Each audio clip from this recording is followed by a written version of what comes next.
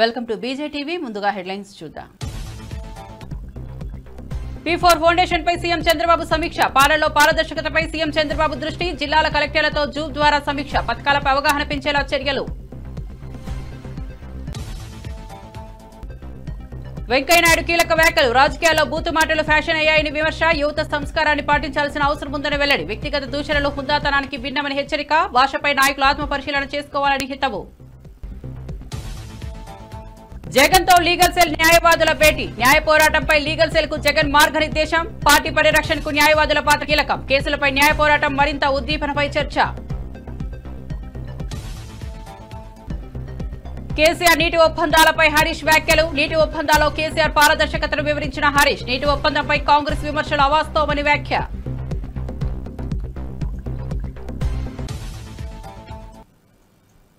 ఇక వార్త వివరాల్లోకి వెళ్తే సచివాలయంలో ముఖ్యమంత్రి చంద్రబాబు సమీక్ష నిర్వహించారు. P4 కార్యక్రమంపై సమీక్షలో ఆర్థిక మంత్రి Payyavula Keshav, P4 foundation vice chairman Kutumbarao, CS Vijayanand, ఇతర ఉన్నతాధికారులు హాజరయ్యారు. జూమ్ కాల్ ద్వారా జిల్లాల నుంచి ఎమ్మెల్యేలు, ఎంపీలు, కలెక్టర్లు పాల్గొన్నారు. పాలనలో పారదర్శకత, ప్రజలు మేలు చేసే దృష్టిలో పెట్టుకుని P4 పై ముఖ్యమంత్రి సమీక్ష నిర్వహించారు. పథకాల అమలుపై సూచనలు అందించిన సీఎం జిల్లా వారీగా అధికారులు తీసుకున్న చర్యలను పరిశీలించారు. పథకాలపై ప్రజల్లో అవగాహన పెంచేందుకు శాఖల మధ్య సమన్వయం ఉండాలన్నారు.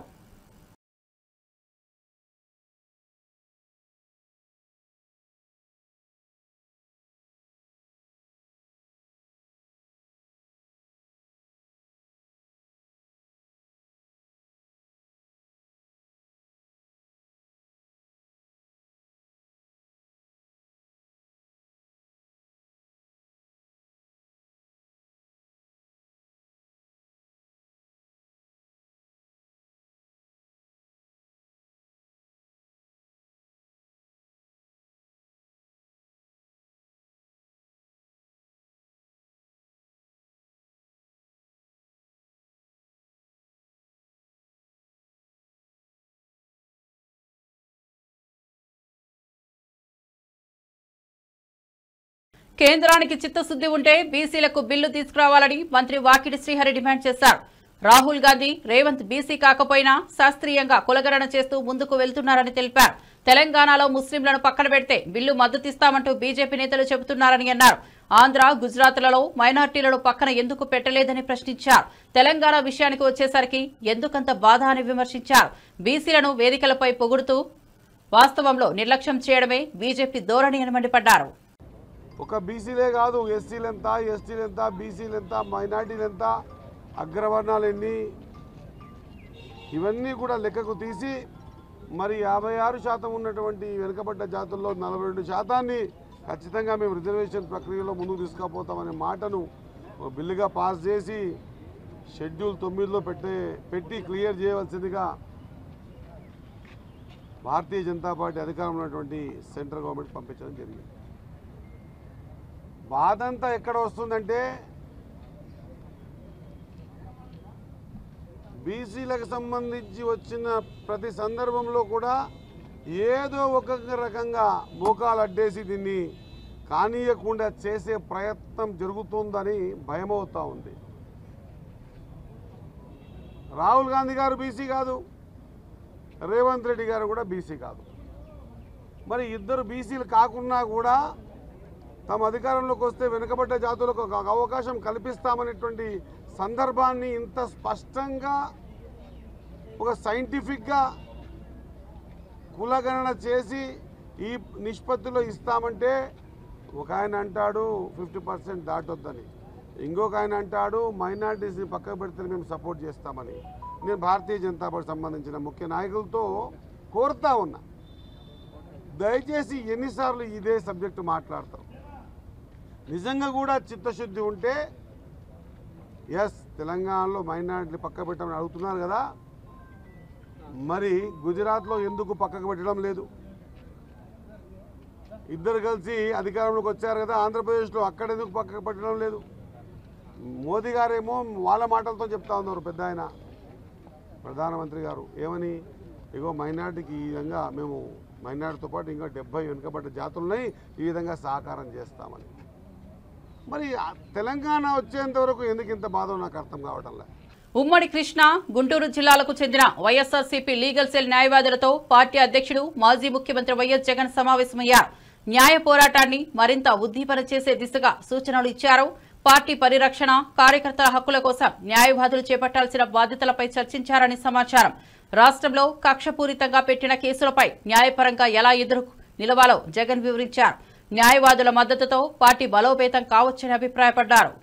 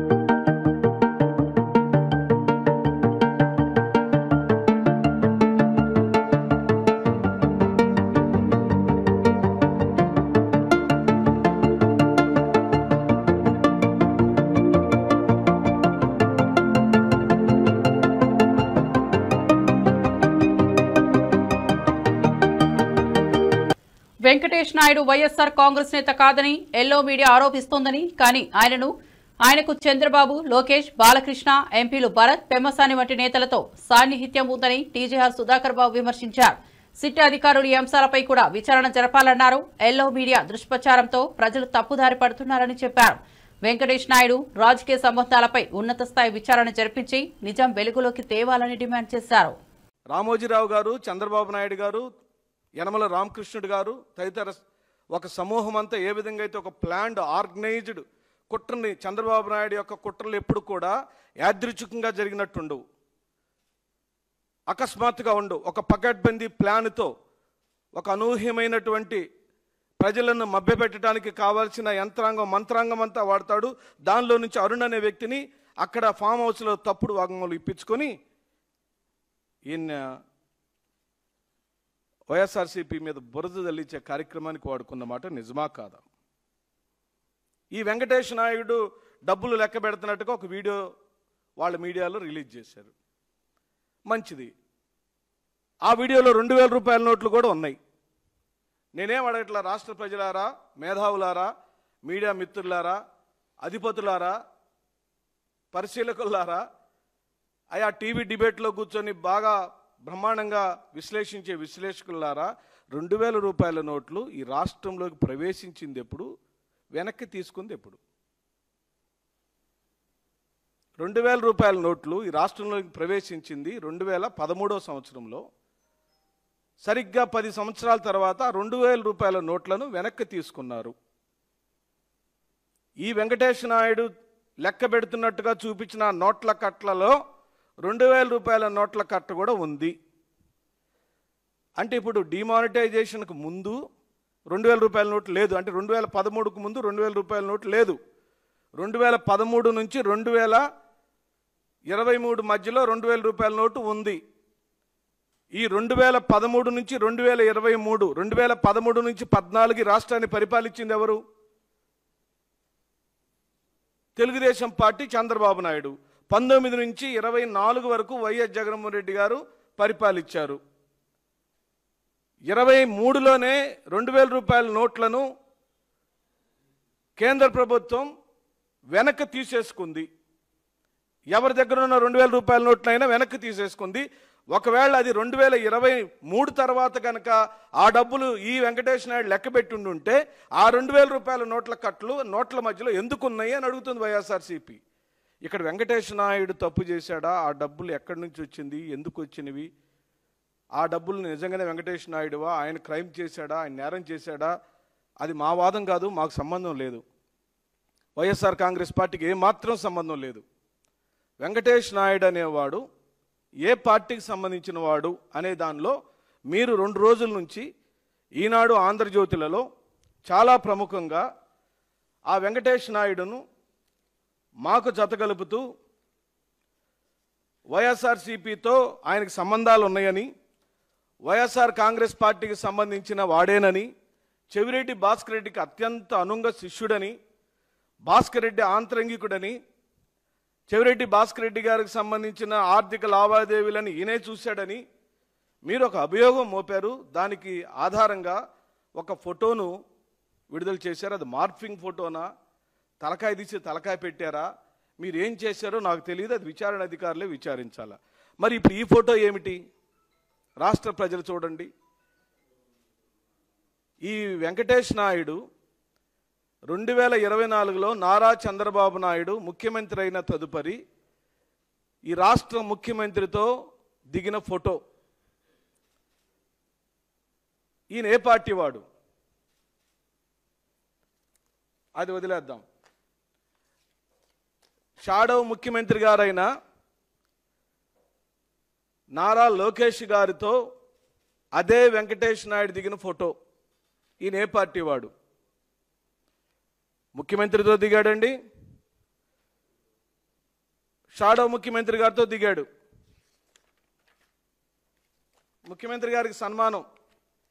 అయ్యా మళ్ళీ డూప్లికేట్ అనుకుంటారేమో, మార్ఫింగ్ అనుకుంటారో, షాల్వా సేమ్ టు సేమ్, అదే షాల్వా.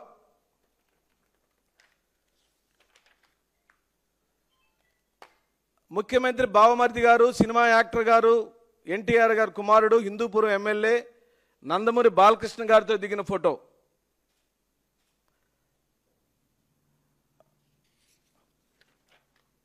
సరే, అదే ఈ వెంకటేష్ నాయుడు మహారాష్ట్రతో జరిగిన చారిత్రక నీటి ఒప్పందంతో కేసీఆర్ ఒకేసారి 3 అగ్రిమెంట్లు చేసినట్లు వివరించారు మాజీ మంత్రి హరీష్ రావు.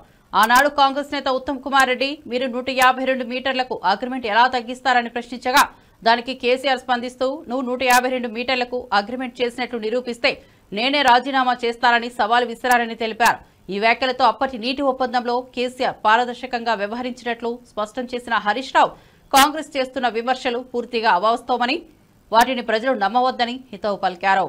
ఆనాడు మేము మహారాష్ట్రతో కేసీఆర్ గారు ఒక చారిత్రాత్మక ఒప్పందం చేశారు.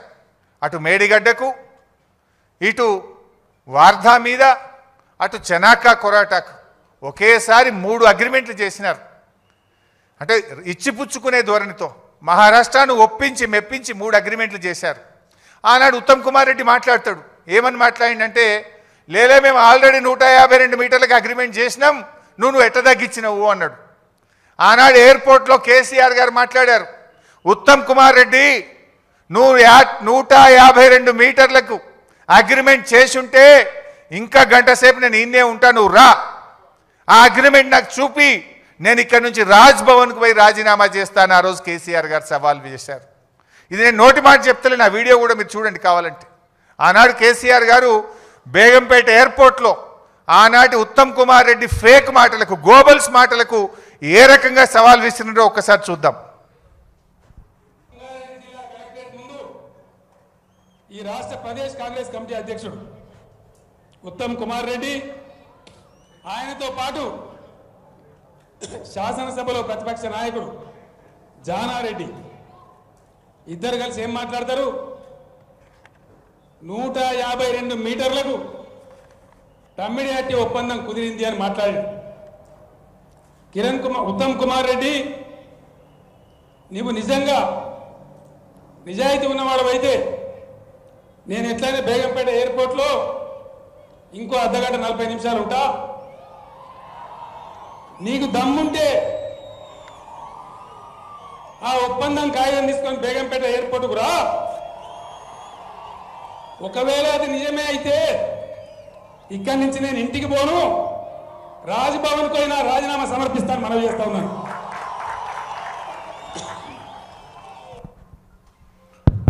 ఆ రోజు 152 మీటర్లకు అగ్రిమెంట్ ఉందని ఆనాటి పిసిసి అధ్యక్షుడు ఉత్తమ్ కుమార్ రెడ్డి మాట్లాడిండు. ఉన్నదా మరి అగ్రిమెంట్? ఈ రోజు వరకు, ఆ రోజు కేసీఆర్ గారు ఓపెన్ ఛాలెంజ్ చేసిండ్రు, ఇయ్యాలటి వరకు కూడా చేయలే. నిజంగా అగ్రిమెంట్ ఉంటే 7 సంవత్సరాలు అధికారంలో ఉండి ఎందుకు తట్టెడు మట్టి కూడా మీరు తవ్వలేదు అంటే అబద్ధపు మాటలు, గోబల్స్ మాటలు. ఆనాడు కేసీఆర్ గారు మంచి పని చేస్తుంటే దాని మీద ఏదో అమృత భాండాగారంలో విషపు చుక్క వేసినట్టు ఒక మంచి పని జరుగుతుంటే దాన్ని ఒక అబద్ధాలు చెప్పి అనుమానాలు కల్పించేటువంటి మహారాష్ట్రతో జరిగిన చారిత్రక నీటి ఒప్పందంతో కేసీఆర్ ఒకేసారి 3 అగ్రిమెంట్లు చేసినట్లు వివరించారు మాజీ మంత్రి హరీష్ రావు. ఆనాడు కాంగ్రెస్ నేత ఉత్తమ్ కుమార్ రెడ్డి మీరు 152 మీటర్లకు అగ్రిమెంట్ ఎలా తగ్గిస్తారని ప్రశ్నించగా దానికి కేసీఆర్ స్పందిస్తూ నువ్వు 152 మీటర్లకు అగ్రిమెంట్ చేసినట్లు నిరూపిస్తే నేనే రాజీనామా చేస్తానని సవాల్ విసిరారని తెలిపారు. ఈ వ్యాఖ్యలతో అప్పటి నీటి ఒప్పందంలో కేసీఆర్ పారదర్శకంగా వ్యవహరించినట్లు స్పష్టం చేసిన హరీష్ రావు కాంగ్రెస్ చేస్తున్న విమర్శలు పూర్తిగా అవాస్తవమని వాటిని ప్రజలు నమ్మవ. ఆ భాష హుందాగా ఉండేదై ఉండాలి. ఆ భాష సంస్కారానికి దర్పణం పట్టేదిగా ఉండాలి. ఈ విషయాన్ని కూడా నేటి పాత్రికేయులు నేటి రాజకీయ నాయకులు ఈ భాష విషయంలో అందరూ ఒకసారి ఆత్మ పరిశీలన చేసుకోవాలి. ఏం మాట్లాడుతున్నారు, ఏంది పలుకుతున్నారు, అదేదో చాలా గొప్ప అనుకుంటున్నారు. దానికి కొన్ని ఛానల్స్ ఇప్పుడు కొత్తగా ఛానల్స్ పెట్టుకున్నారు. ఎవరికి వాళ్ళు అధికారం ఉంది పెట్టుకుని దానికి మనం ఏం కాదని అనుకోండి. ఇప్పుడు అలాగే కొంతమంది సోషల్ మీడియా కాకుండా ఇప్పుడు ఇంకేదో యూట్యూబ్లో పెడుతూ ఉన్నారు. వాటి వస్తున్నాయంత ఆ మాటలు అసలు వినడానికే కాదు. సంస్కారం ఉన్న ఏ వ్యక్తి కూడా హర్షించడు. కానీ వాటిని అదేం చేస్తున్నాం సార్ వాళ్ళు అన్నారు, ఆ విధంగాను అన్నారు. బూతులు మాట్లాడడం ఫ్యాషన్ అయిపోయింది.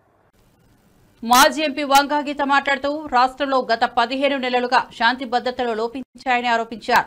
వైసీపీ నేతలపై తప్పుడు కేసులు పెడుతూ వేధింపులకు పాల్పడుతున్నారని పేర్కొన్నారు. సంక్షేమ కార్యక్రమాల కన్నా ప్రతీకారమే ప్రాధాన్యమైందన్నారు. పోలీసులను పావులుగా వాడుకుంటూ ప్రజాస్వామ్య విలువలను కూలీ చేస్తున్నారని విమర్శించారు. పెద్దిరెడ్డి కుటుంబంపై జరుగుతున్న వ్యవహారం అన్యాయమన్నారు. న్యాయస్థానం త్వరగా బెయిల్ ఇవ్వాలని ఆశిస్తున్నట్లు తెలిపారు.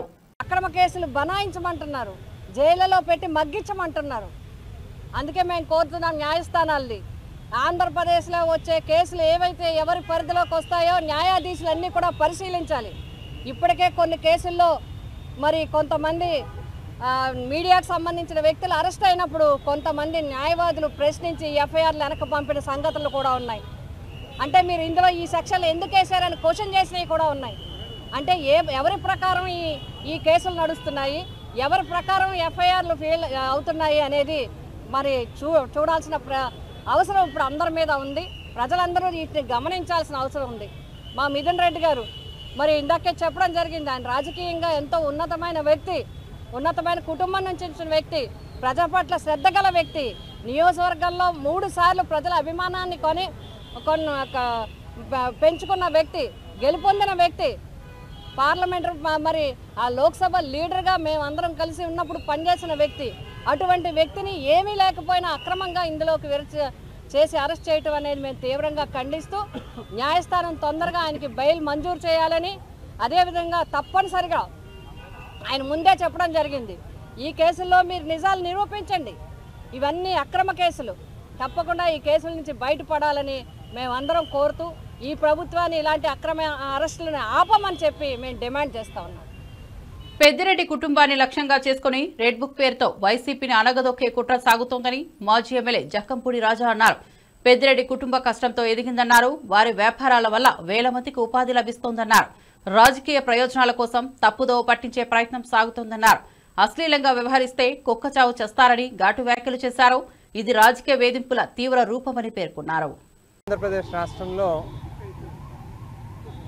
రెడ్ బుక్ రాజ్యాంగంతో ఏ రకంగా వైఎస్ఆర్ కాంగ్రెస్ పార్టీ శ్రేణుల్ని నాయకుల్ని అనగదొక్కాలనేటువంటి ఆలోచనలోనే పూర్తిగా ప్రభుత్వ యంత్రాంగం కానీ ముఖ్యంగా చంద్రబాబు నాయుడు దగ్గర నుంచి మొదలుపెట్టి వారి తనయుడు లోకేష్ కానీ అందరూ కూడా నిమగ్నమై ఉన్నారు.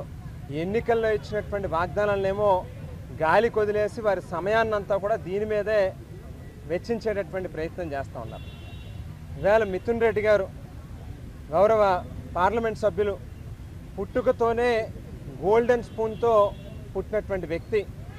వారి తండ్రి గారు వారి కుటుంబ సభ్యులు అందరూ కూడా కష్టపడి చెమటోడ్చి లేకపోతే అణువణువు కూడా వాళ్ళ యొక్క కష్టంతో పైకొచ్చినటువంటి వ్యక్తులు. ఇవాళ అనేక వ్యాపారాల ద్వారా కొన్ని వేల మందికి ఉపాధి కల్పిస్తూ వారి యొక్క జీవనాధారంగా మరి వీరు వారి కుటుంబ సభ్యులు జీవిస్తూ ఉంటే ఇవాళ ఏదో రకంగా వారి మీద బురద జల్లాలి, వారికి ఒక అపఖ్యాతిని తీసుకుని రావాలనేటువంటి ప్రయత్నం చేస్తూ జగన్మోహన్ రెడ్డి గారికి అత్యంత సన్నిహితుడిగా ఉన్నాడు.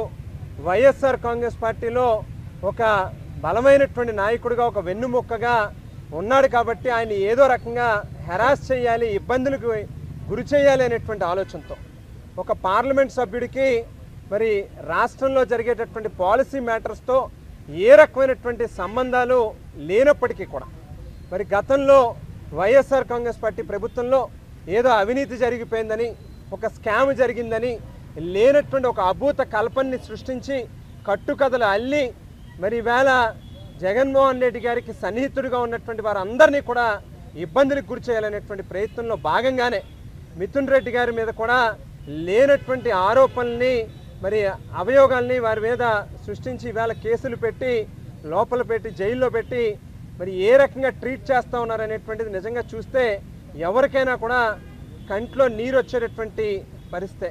ఈవేళ గోల్డెన్ స్పూన్తో పుట్టినటువంటి వ్యక్తికి ఓ పక్కన కోర్టులు చాలా స్పష్టంగా ఒక స్పెషల్ క్లాస్ ప్రోటోకాల్ ఉంది, ఈ రకమైనటువంటి ఫెసిలిటీస్ ఆయనకి ఇవ్వండి అని చెప్పి స్వయంగా కోర్టే మరి ఆర్డర్స్ ఇచ్చినప్పటికీ కూడా వాటిని పక్కన పెట్టి లోపల ఆయన ట్రీట్ చేస్తూ ఉన్నటువంటి విధానం చూస్తే నిజంగా ఈ రాష్ట్రంలో కానీ లేకపోతే ఈ దేశంలో కానీ చట్టాలు ఏమైపోతూ ఉన్నాయి, అంబేద్కర్ గారు రాసినటువంటి రాజ్యాంగం ఎక్కడికి వెళ్ళిపోతూ ఉంది అని చెప్పి నిజంగా ఏదో ఆటవిక పాలనలో ఉన్నామా, మనం అడవిలో బ్రతుకుతూ ఉన్నామా అని చెప్పి ఆలోచనలోకి వెళ్ళేటటువంటి పరిస్థితి కనిపిస్తూ ఉంది.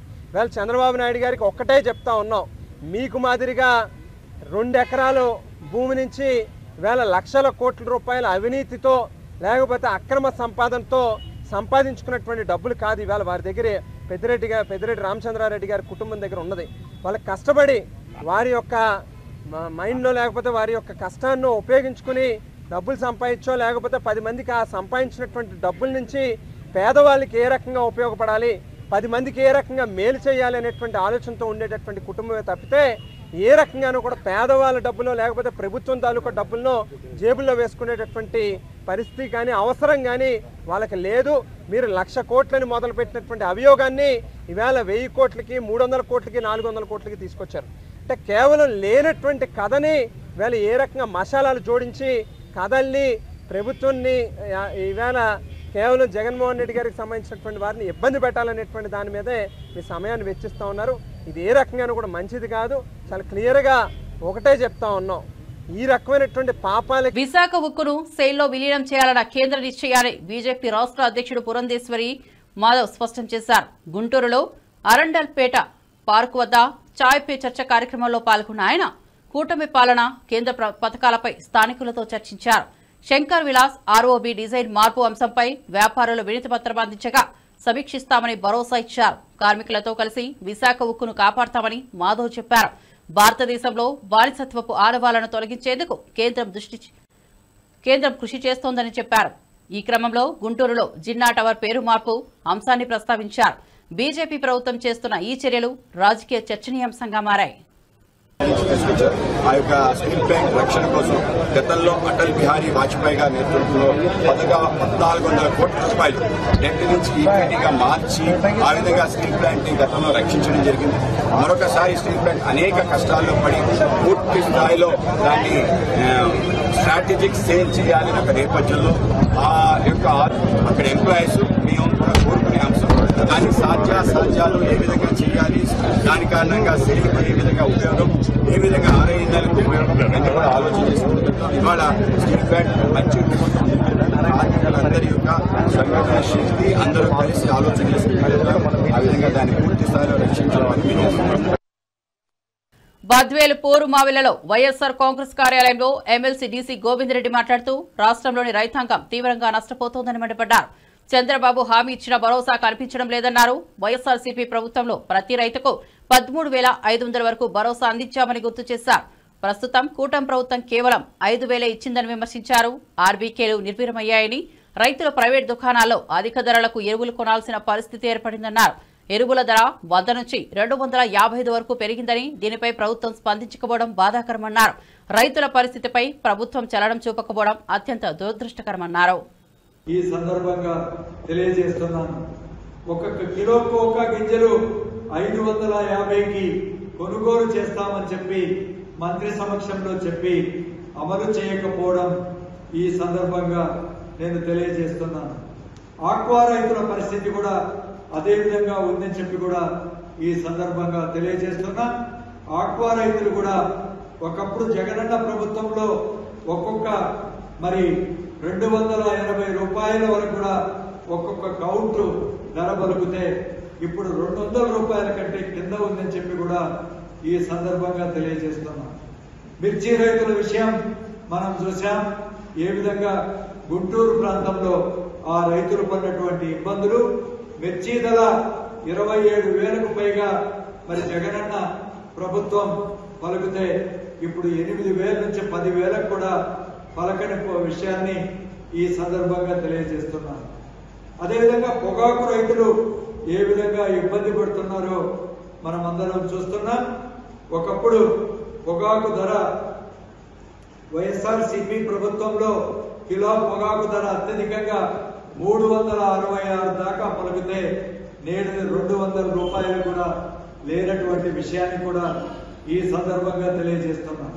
అదే పరిస్థితి టమోటా రైతులు కూడా మన ప్రాంతంలో మరి ఏ విధంగా ఇబ్బంది పడుతున్నారో ఈ విషయాన్ని మరి మీకంతా తెలియజేస్తున్నాం.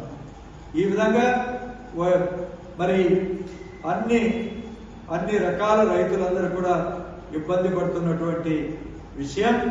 ఆనాడు రైతులకు మరి ముఖ్యంగా విత్తనాలు, ఎరువులు ఇదంతా ఇచ్చేదే కాకుండా ఉచిత పంటల బీమా పథకాన్ని పెద్ద ఎత్తున జగనన్న ప్రభుత్వం ఏ విధంగా అమలు చేశారో దరిదాపు 55 లక్షల మంది రైతులకు ఈ బీమా కింద 7,802 కోట్ల రూపాయలు ఉచితంగా ఇచ్చినటువంటి విషయం మీ అందరికీ తెలియజేస్తున్నాను.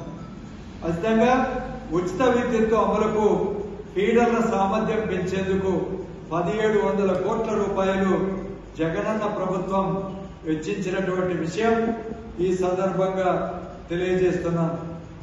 మరి మొత్తం జగనన్న ప్రభుత్వంలో వ్యవసాయానికి 5 ఏళ్లలో 1,84,567 కోట్ల రూపాయలు వెచ్చించి రైతులను ఏ విధంగా ఆదుకున్నదో ఈ సందర్భంగా తెలియజేస్తున్నాను. అదేవిధంగా మరి ఈ ఒక్క సంవత్సరంలో బీసీలకు హామీలు ఇస్తూ అవి అమలు చేయకుండా మోసం చేస్తున్నారని కాంగ్రెస్ నేతలపై తీవ్రంగా విరుచుకుపడ్డారు బీఆర్ఎస్ నేత కేటీఆర్. బీసీ డిక్లరేషన్లో రాజకీయాలు, ఉద్యోగాలు, ఉపాధి, ప్రభుత్వ కాంట్రాక్టులో 42% రిజర్వేషన్లు ఇస్తామని చెప్పి సంవత్సరానికి 20,000 కోట్లు, 5 ఏళ్లలో 1,00,000 కోట్లు బీసీ సబ్లాన్ ప్రకటించారని గుర్తు చేశారు.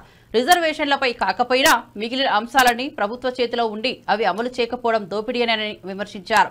ఇప్పటి వరకు 2 బడ్జెట్లు ప్రవేశపెట్టినా 10,000 కోట్లకు చేరని ఖర్చులతో బీసీలను మోసం చేశారన్నారు. ముందుగా చేతిలో ఉన్న హామీలు అమలు చేస్తేనే బీసీలు నమ్ముతారని వ్యాఖ్యానించారు. కేటీఆర్ విమర్శలు బీసీ వర్గాల్లో చర్చనీయాంశంగా మారాయి. దాని ధర్నాను జోక్ అంటాను. ఎందుకంటే మేము ఈ మాట శాసనసభలో బిల్లు పెట్టినప్పుడే చెప్పాము. You are cutting a very cruel joke on the backward classes of this state. అంటే బీసీలను మోసం చేస్తూ మీరు దగా చేస్తున్నారు, వంచిస్తున్నారని చెప్పాం. ఇవాళ నేను ఒకటి అడుగుతా ఉన్నా, మీరు సమాధానం ముఖ్యమంత్రి గారిని అడగాలని చెప్పి కూడా నేను కోరుతా ఉన్నా. 42% రిజర్వేషన్లు అని ఢిల్లీకి వచ్చి డ్రామా చేస్తా ఉన్నారు. నేను కాంగ్రెస్ పార్టీని అడుగుతా ఉన్నా, మీరు బీసీ డిక్లరేషన్లో ఒక ఈ రిజర్వేషన్ల మాటను ఇయ్యలేదు. మీరు ఏమేం మాటలు చెప్పినారు? సంవత్సరానికి 20,000 కోట్ల బడ్జెట్ ఇస్తామన్నారు. 5 ఏళ్లలో 1,00,000 కోట్ల బడ్జెట్ బీసీలకు ఇస్తామన్నారు. బీసీ సబ్ ప్లాన్ పెడతామన్నారు. 42% రిజర్వేషన్ రాజకీయాల్లోనే కాదు, ఉద్యోగాల్లో, ఉపాధిలో, ప్రభుత్వ కాంట్రాక్టుల్లో కూడా ఇస్తామన్నారు. నేను ముఖ్యమంత్రి గారిని అడుగుతున్నా, ప్రభుత్వాన్ని అడుగుతున్నా, కాంగ్రెస్ పార్టీని అడుగుతున్నా, మీ చేతుల్లో ఉన్నాయేమో చేస్తలేరు. మీ చేతుల్లో బీసీ సబ్ ప్లాన్ ఉన్నది, చేయండి. మీ చేతుల్లో బీసీలకు 1,00,000 కోట్ల బడ్జెట్ ఇచ్చే అవకాశం ఉంది, చేయండి. 2 బడ్జెట్లు పెట్టారు. ఒక్కొక్క బడ్జెట్లో 20,000 కోట్లు అన్నారు. 2 బడ్జెట్లు కలిపి కూడా 20,000 కోట్లు పెట్టలేదు. అందులో ఖర్చు అయితే 10,000 కోట్లు కూడా దాటం లేదు. అందుకే మరి ముఖ్యమంత్రి గారిని, ప్రభుత్వాన్ని కోరేది, మీ చేతుల్లో ఉన్న పనులు ముందు చేయండి. అట్లయితేనే బీసీలు నమ్ముతారు. 42% రిజర్వేషన్ ఏ ఒక్క ప్రభుత్వ కాంట్రాక్ట్లైనా ఇప్పటివరకు ఈ 2 ఏళ్లలో ఇచ్చినారా? ఇవ్వలేదు. ఎంబీసీ మంత్రిత్వ శాఖ పెడతామన్నారు, ఎందుకు పెట్టలేదు? బీసీ సబ్ ప్లాన్ ఎందుకు పెట్టలేదు? ఏ కారణం చేత? మరిన్ని అప్డేట్స్ కోసం చూస్తూనే ఉండండి బీజే టీవీ.